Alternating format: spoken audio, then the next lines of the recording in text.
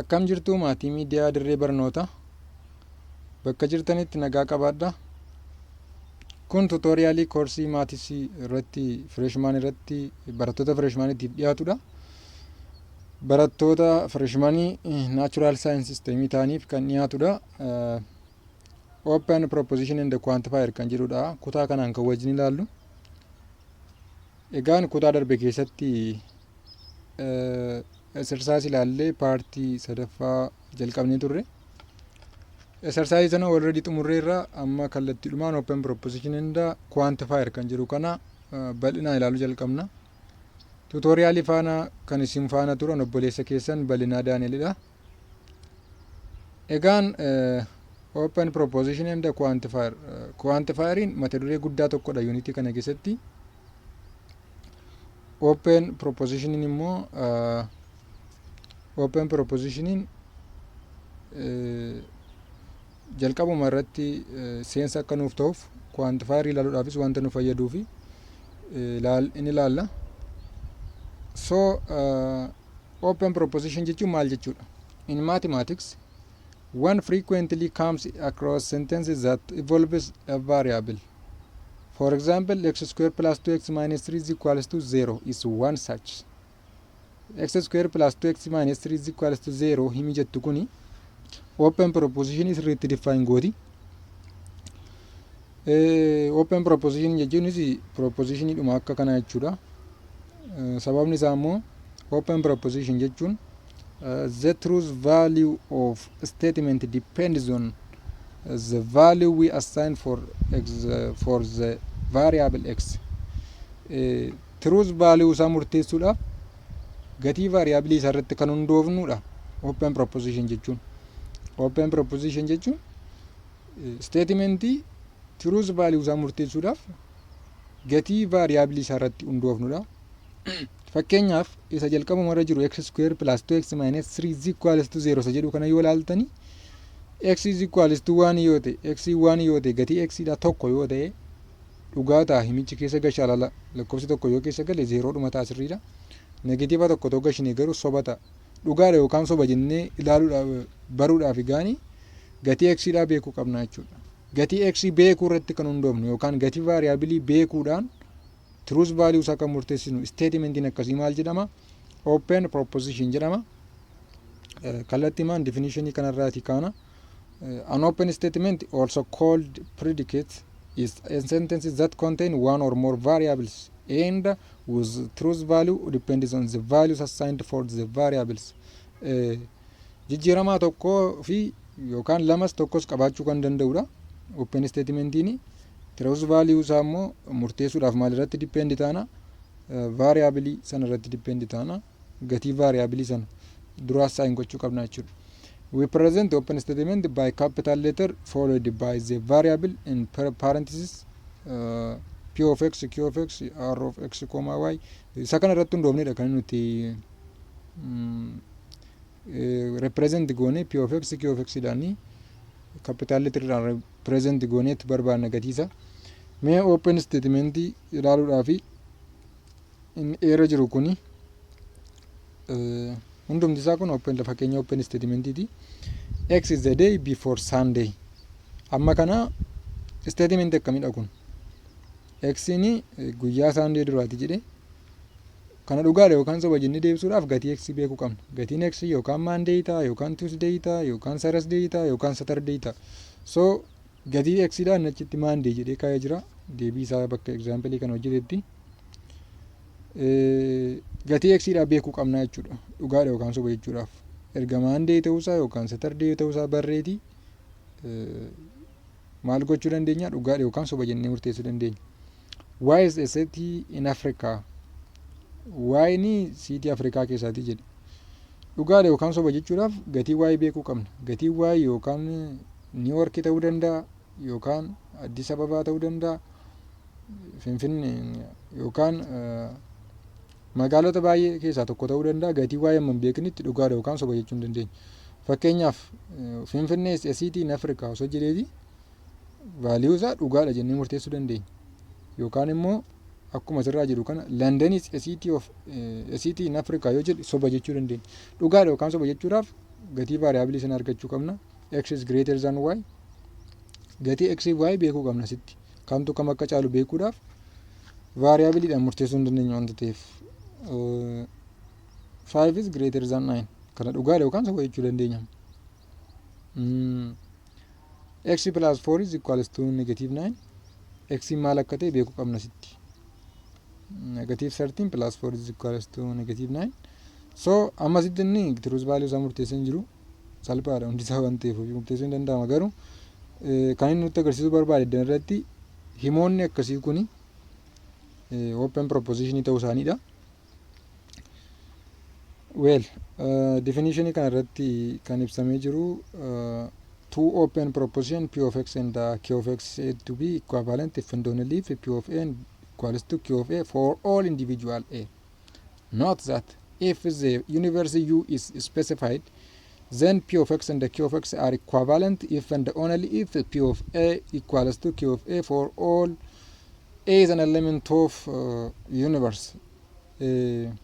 Q of a dhaa fi P of n P of x dhaa fi Q of x equivalent dha jechuudhaaf open proposition lamadha. P of x and Q of x ni open proposition kun equivalent dha jechuudhaaf maal ta'uu qaba kan jedhudha. Akkuma definition kana keessatti argitan P of x dhaa fi Q of x equivalent ta'uudhaaf domain isaanii universe yoo ta'e universe jechuun domain jara kana fakkeenyaaf real number dha yoo ta'e wanta fedhe yoo ta'u fakkeenyaan ilaalla isa kana domain isaanii sana hunda keessatti truth value isaan argatanii wal qixadha yoo ta'e jedhe jarri kun yookaan open propositiononni lamaan kun maalodha jechuu dandeenya equivalent dha jechuu dandeenya. So mee example dhaan ilaalla. Example salphaan tokko jira kunootti example baay'eetu jira miisuma jalqabarra jiru kana ilaallee darbina. Maal jedha x square minus 1 is equals to 0 dha inni p irra jiru statement lamatu nuuf kenname q of x dha kan nuuf kenname inni kan biraan inni immoo absolute value of x is greater than or equals to 1. Domain nuuf kenname universe is equals to negative 1 over 2 0 1.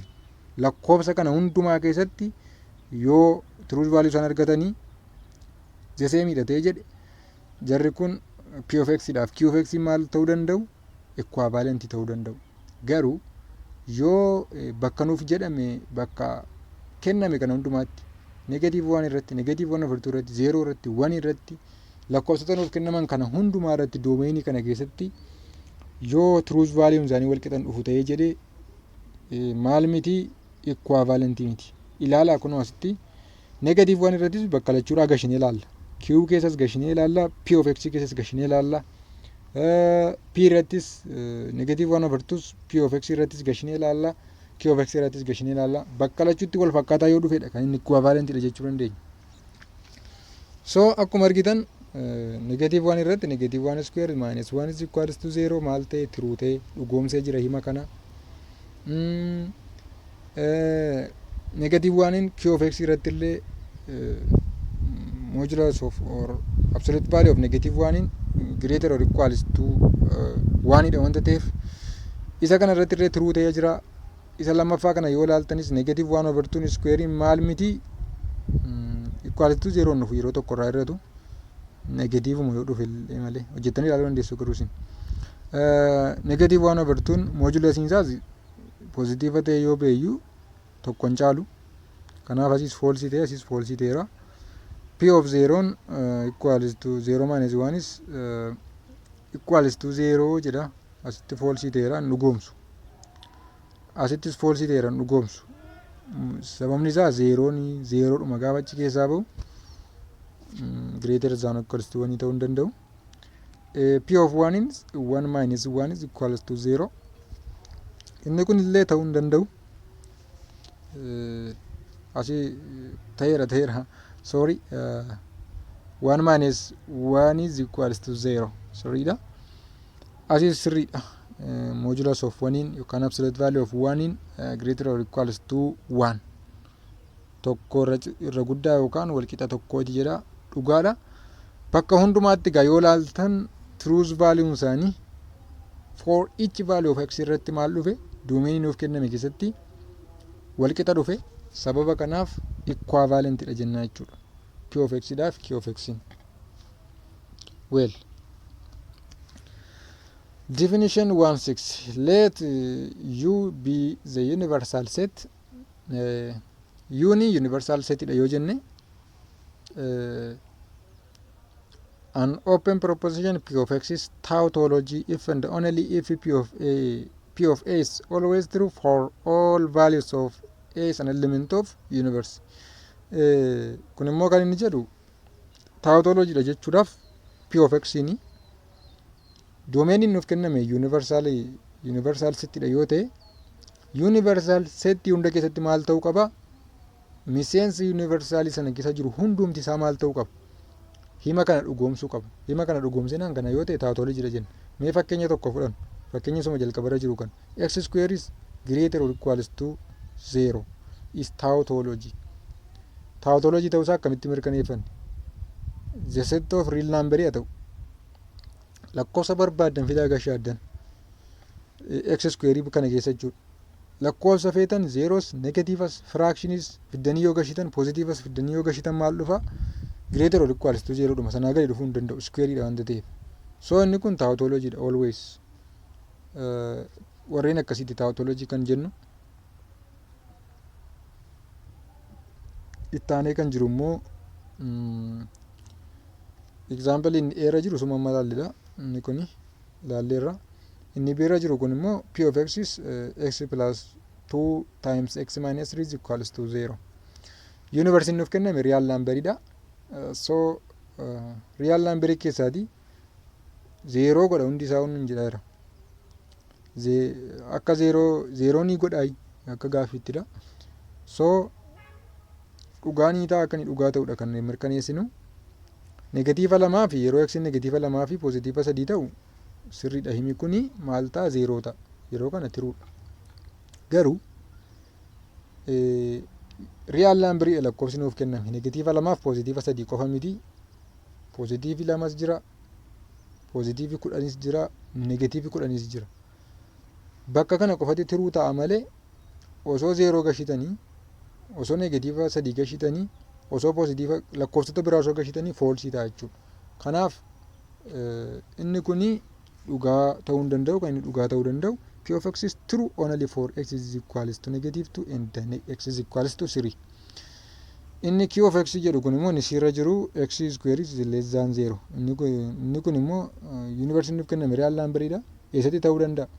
Bakkatti ta'uu danda'u tokkollee hin qabu.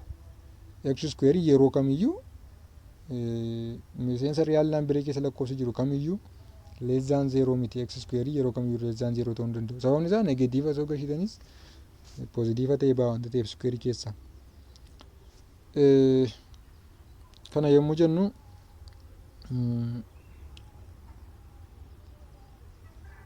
possibility inni qabu gaanii quantifier kana bal'inaan ilaalla. Possibility sadiitu jira. P of x ni carraa universe sana hunda keessatti true ta'uu qaba. P of x muraasni carraa hunda sana keessaati muraasni universe sana keessaa muraasa irratti true ta'uu qaba. Carraa hunduma irratti false ta'uudhaan ni qabaata. Mee universal quantifier dhaaf existential quantifier itti darbina. Universal quantifier jechuun maal jechuudha? Existential quantifier innis wal bira qabneetu ilaalla. Fakkeenyaan deeggarre the phrase for every x is called a universal quantifier. Jechi for every x jettu kuni universal quantifier dha. Inni illee egaa jechoota garaagaraatiin ibsamuu danda'a.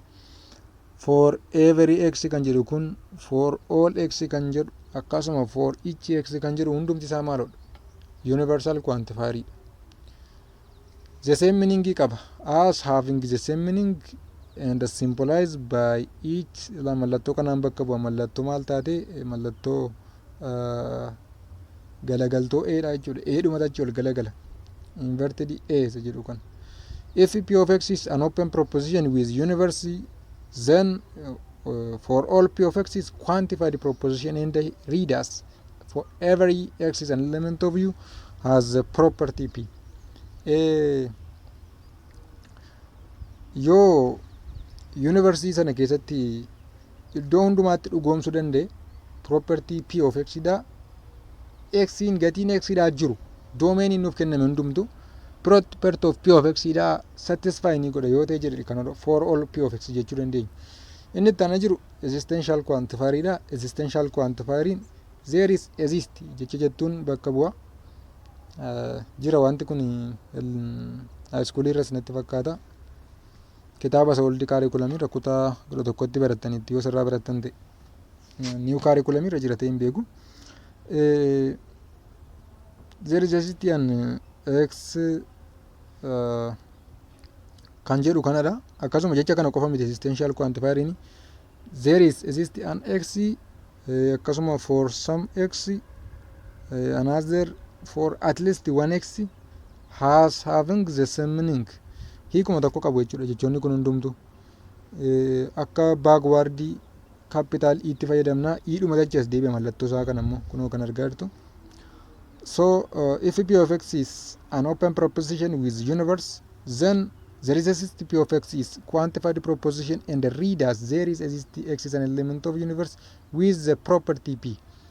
There is exist p of x jechuun egaa walumaa galatti p of x kana hunda isaan dhugoomsu gatiin x dha jechuunis yuunivarsiitii nuuf kenname keessaati hundumti isaa hin dhugoomsu. Hundumti isaa gatii p of x keessa yoo gale satisfy nu gochuu hin danda'u. Garuu yoo xinnaati tokko jira kan satisfy godhu jechuu barbaadeeti. Fakkeenyaan deeggaree ilaalla. Isa duraa remark kan jettu kuni to show that for all p of x is false. It is sufficient to find at least one a is an element of universe such that p of a is false. Yoo ilaaltan kana for all p of x in kuni false ta'uudhaaf yoo xinnaate miseensa yuunivarsiitii yookaan doomeenii sana keessaati kan hima sana false godhu tokko qabaachuu qabna. Yuunivarsiitii nuuf kenname sana keessaati hima p of x kana keessa galchine p of x nuuf kenname keessa galchine kan soba nuuf godhu miseensa tokko yoo arganne qofadha doomeenii sana keessaati. Doomeenii ala ba'uu hin dandeenyu. Kan nuti for all p of x in false dha jechuu dandeenya.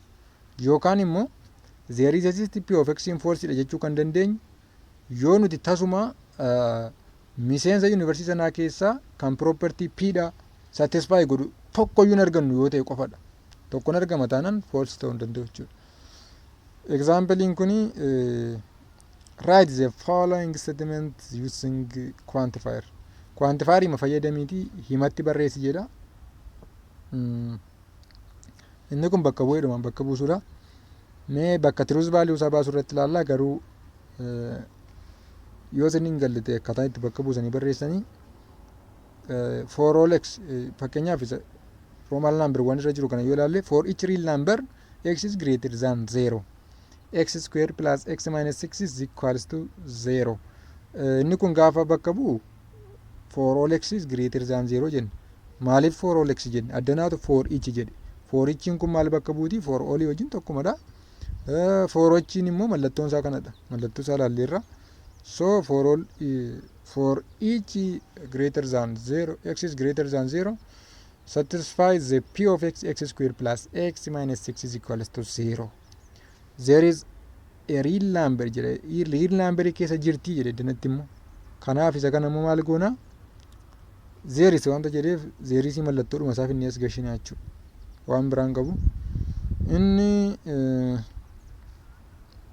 asitti yoo ilaaltanis inni roman number 3 irra jiru kunis kanuma haasa the square of any real number is non-negative. Any jedhe danattis any jechi jettu kun hunduma isaa jechuuf keessatti ammatti wanta ta'e for all fayyadamne jechuudha. Inni biira jirus akkasumadha. Kanaaf mee akkataatti solve gochuu dandeenyu truth value isaa akkataatti baafnu irratti example tokko ilaalla. Dursa garuu relationship in existential and universal quantifier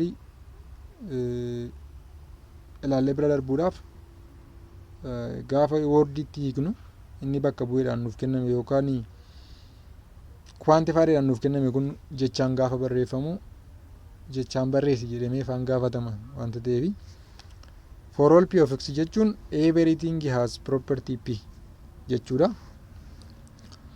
Hundumti isaa amala p qaba jechuudha. Gatiin xidha dhugoomsuu danda'a yoo keessa gale. Yuunivarsiitiin nuuf kenname doomeeniin nuuf kenname property p satisfy ni godha. Hundumti isaa jechuudha. Everything inni bira jiru kun immoo there is a x p of x something has property p jechuudha.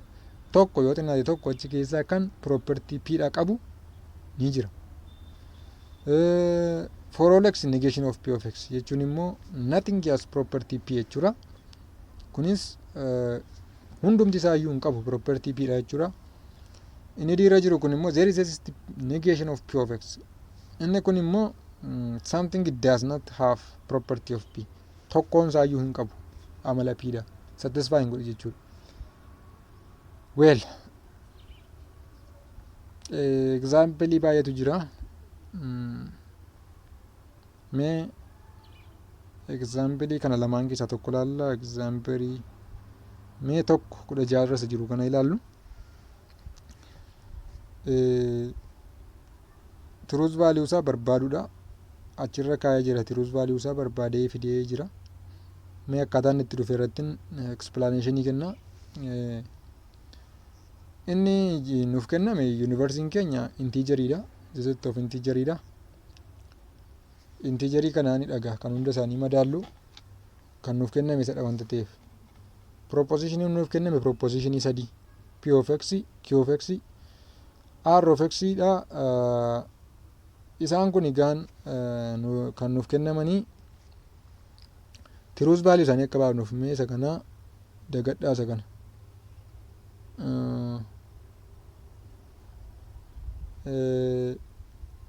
Akkaataan itti dhufe isinitti agarsiisuudhaafi gaaffiin nuuf kenname isa kanadha. Saara kana achi kan jiru kun deebisaa isa kitaabni hojjeteerudha. Gatiin p of x dha prime numberidha. Prime number jechuun beektuu lamarraa kaa'amee jire. Lamarraa ka'a 3 5 jechaatti buufa. Lakkoofsa tokkoof mataa isaa qofaaf hiramu. Even numberiin immoo lakkoofsa lamaaf qofa hiramtu isheen q of x dha. R of x immoo odd numberii lakkoofsa lamaaf hin hiramnedha. So mee seera implicationis seera conjunctionis hin fayyadamna akkaataa nuuf kenname irratti hundaa'e. Inni irra jiru maal jedha? There is a x. P of x implies q of x. Kana gochuu kana mirkaneessuudhaaf keessa gashinee ilaalla. P of x implies q of x kana tiruu kan godhu yookaan hima kana kan dhugoomsu yuunivarsiitiin nuuf kenname keessa tokko ni jira jedha. Yuunivarsiitiin nuuf kenname maaloodha? Intiijeriidha. Kanaaf intiijerii kana keessaatii p of x implies q of x kana kan dhugoomsu jira yoo ta'e tokkitti hin jirti yoo ta'e jedhe himi kun maal ta'a? Tiruu ta'a jechuudha. So kanaaf ilaaluu dandeenya keessa gashinee fakkeenyaaf mee hin jiru lakkoofsi intiijerii keessaa p of x q of x tiruu gochuu danda'u. Mee ilaallu. Mee p of x keessaa prime numberii keessaa lakkoofsa lama fudhannu. Lama prime numberidha.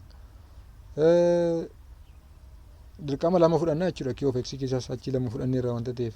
p of x prime numberii keessa jira. So p of 2 maal ta'a? p of 2 prime numberidha 2 wanta ta'eef tiruu ta'a. q of 2 immoo maal ta'a? 2 even numberidha. So kanaaf tiruu ta'a. Tiruu implies tiruu maal ta'a? Seera isaa keessatti tiruu ta'a jechuudha. Kanaaf inni irra jiru kun tiruudha. Kun asirratti hojjetee jira. Inni lammaffaarra jiru immoo inni biira jiru for all p of x implies q of x. Inni immoo haala isa kanaadha. False taanni kun hunduma isaatu dhugaa godha. Hundi isaa dhugaan godhu. Fakkeenyaaf p of 2 kun lakkoofsa lamarratti dhugaa ni ta'a intiijerii keessaati. Garuu immoo osoo lakkoofsa torba fudhanne intiijerii ma keessa jiran inni lakkoofsi torba. Torba osoo fudhannee dhugaan ta'u. Torba amma p irratti dhugaa ni ta'a. p of 7 tiruu ta'a. q of 7 garuu tiruu ta'uu hin danda'u. q'n maaloodha? Q'n even numberidha wanta ta'eef. So True implies false ta'a inni immoo maal ta'a false ta'a jechuudha. Kanadha. Inni sirra jiru for all x r of x in the p of x is so isa kana immoo yoo ilaalle r of x maalodha odd numberidha. R of x odd numberidha. P of x immoo akkuma ilaalaa jirru prime numberidha. Hundumti isaa gatiin intigeriin nuuf kenname kun hundumti isaa property kanaa dhugaa gochuu danda'a. Soba dhugaa gochuu hin danda'u. Mirkaneessuu dandeenya. Akkamitti? R of x keessaatii fakkeenyaaf amma kan dhugaa godhu ni jira. Kan dhugaa godhu immoo yoo fudhattanii P of x keessaa prime numberiin lakkoofsa 3 fudhadhaa. R of x odd number keessaa lakkoofsa 3 fudhadhaa. R of 3 maalodha? Tiruudha sitti. P of 3 tiruudha. Tiruu and tiruu maal ta'a? Tiruu ta'a. For each wanta nuun jedheef garuu iddoo hundatti dhugaa ta'uu qaba. Nuun jedhaa jira. Kun immoo ta'uu hin danda'u. Maaliif? Fakkeenyaaf lakkoofsa 2 fudhanna. R of tuun odd number keessa waan hin jirreef maal ta'a? False ta'a. P of tuun garuu tiruu ta'a. False and tiruun immoo maal ta'a? False ta'a jechuudha. For each wanta nuun jedheefitu false ta'e. Osoo for each hin jenne ta'ee there is assist jedhe ta'eeti kan dhugaa godhu tokko jira. Kanaaf false hin ta'u ture. Amma garuu kan dhugaa godhu hunda isaa ta'uu waan hin dandeenyeef kan soba godhus wanta keessa jiruuf maal ta'a? Tiruus vaaliuun kana false ta'a jechuudha. Inni diirra jiru for all x r of x and p of x implies q of x jedha. Isa kanas keessuma gashitanii mirkaneessuu dandeessu. For all x nuun jedhe ammas hunda keessaa nuun jedhe. False ta'a wanti kun dhugaa ta'uu hin danda'u. Maaliif? Amma soo lakkoofsa 2 fudhanneeti r of maal ta'a? False ta'a. P of tiruu ta'a. False and truun maal ta'a? False and truun maal ta'a? False and truun false ta'a. Q of tuun immoo maal ta'a? Tiruu ta'a. False implies tiruun tiruu ni ta'a. Bakkatti tiruu ta'uu qaba. Garuu iddoo hundatti miti. Fakkeenyaaf lakkoofsa 3 yoo fudhanne R of 3 maal ta'a? R'n odd numberidha. 3 odd numberii keessa wanta jiruuf tiruu ta'a. P of 3nis tiruu ta'a. Sababni isaa 3 oddii keessas prime keessas waan jiruuf tiruu and tiruun tiruu ta'a. Addanni tiruudha. Garuu even numberii yookaan Q of x keessa lakkoofsi 3 hin jiru. Addana false ta'a jechuudha. Tiruu imply false maal ta'a? False ta'a. Amma gaanii isa kan kanaa miti dandeetti false jenne kun.